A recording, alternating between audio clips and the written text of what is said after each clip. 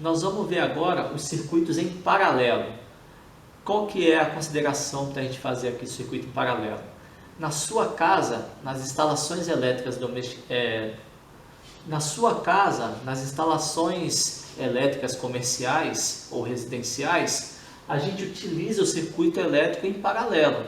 Porque veja, no circuito elétrico em paralelo, todos os equipamentos eles estão ligados na mesma tensão.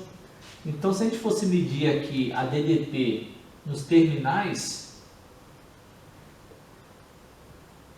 em todas elas seriam iguais. A gente lembra lá no circuito em série que isso não acontece, né? Porque no circuito em série, como cada uma consome um pedaço da tensão, a tensão de cada resistência é diferente do conjunto delas. Aqui já não. Cada resistência está ligada nos mesmos terminais, de modo que a tensão é sempre a mesma. Então você não tem risco de queimar um equipamento elétrico porque você ligou no momento errado, ou porque você ligou uma lâmpada quando a televisão estava ligada. Quer dizer, isso não acontece no circuito em paralelo. Vamos aqui novamente definir o polo positivo e o polo negativo. E vamos ver o que acontece com a corrente. Veja, a corrente ela é gerada aqui, então ela sai do polo positivo, e quando ela encontra aqui esse nó, você perceba que a corrente ela é obrigada a se dividir em três partes.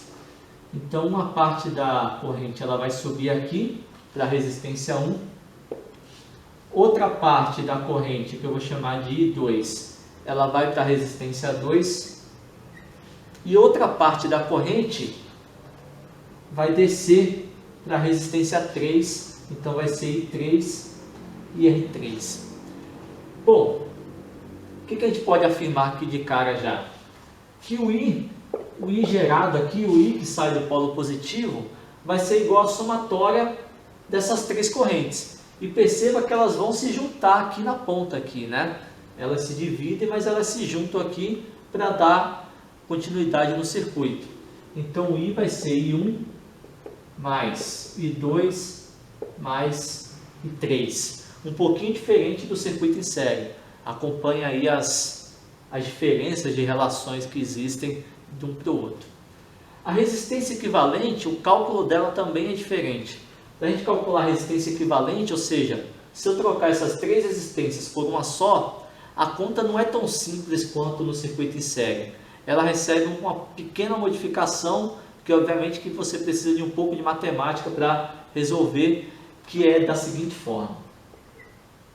1 sobre a resistência equivalente vai ser igual a 1 sobre R1 mais 1 sobre R2 mais 1 sobre R3. Existe uma prova matemática para chegar aqui nessa fórmula, depois a gente pode ver se for do seu interesse, mas a resistência equivalente a gente calcula dessa maneira. Perceba que a resistência equivalente ela não está aqui em cima, né?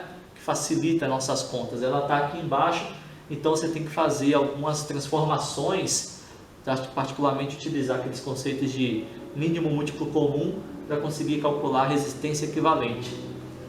E por último, o que a gente pode dizer? Que a tensão que está submetida à resistência 1, a resistência 2 e a resistência 3 é igual. Então eu posso dizer aqui que o U vai ser igual ao 1, que vai ser igual ao 2, que vai ser igual ao 3. Então guarda aqui essas relações,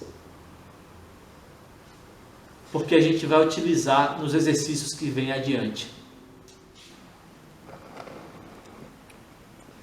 Agora vamos falar sobre o circuito em paralelo. Então no circuito em paralelo, eu vou fazer o quê? Eu vou fazer a ligação de cada lâmpada diretamente à fonte de tensão. Então nós temos essa situação aqui. Esse primeiro circuito, eu vou fechá-lo. Então a lâmpada acendeu aqui com o brilho total dela. O segundo circuito, a segunda lâmpada, eu vou conectar aqui novamente no terminal original e vou conectar na segunda lâmpada. E vou fechar o circuito da mesma maneira. Vou colocar aqui o jacaré, o fio com terminal de jacaré, e conectar aqui na segunda lâmpada e fechar o circuito dela. E a terceira,